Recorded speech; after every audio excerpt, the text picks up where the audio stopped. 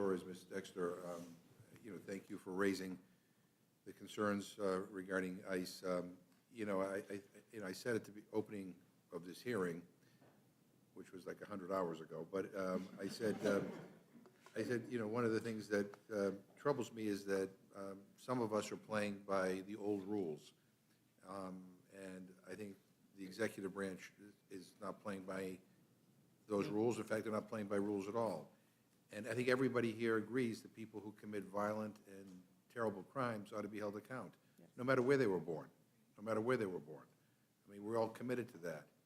But what is troubling when it comes to ICE has been the excesses and the cruelty have just kind of been justified or ignored, or it's no big deal, or get over it. When U.S. citizens are being put in detention.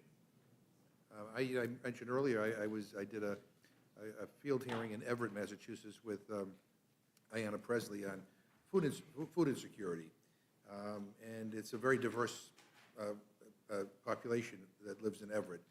And we did this gathering in a supermarket that was owned by a family that came from Colombia, but they're U.S. citizens.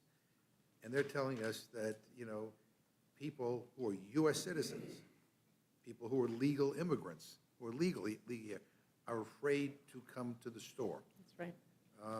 Because they're afraid they'll be picked up for no reason, or they'll be questioned or detained, and, and they don't know what's going to happen. They're following the news.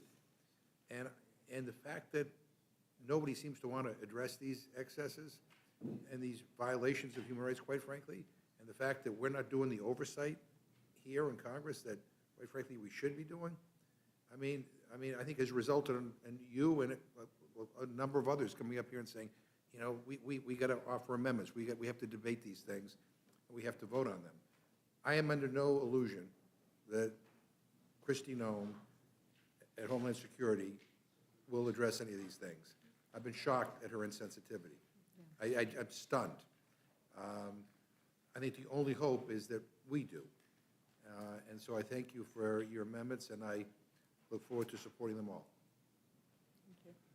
I yield back. Thank you, Mr. McGovern. Mr. Griffith.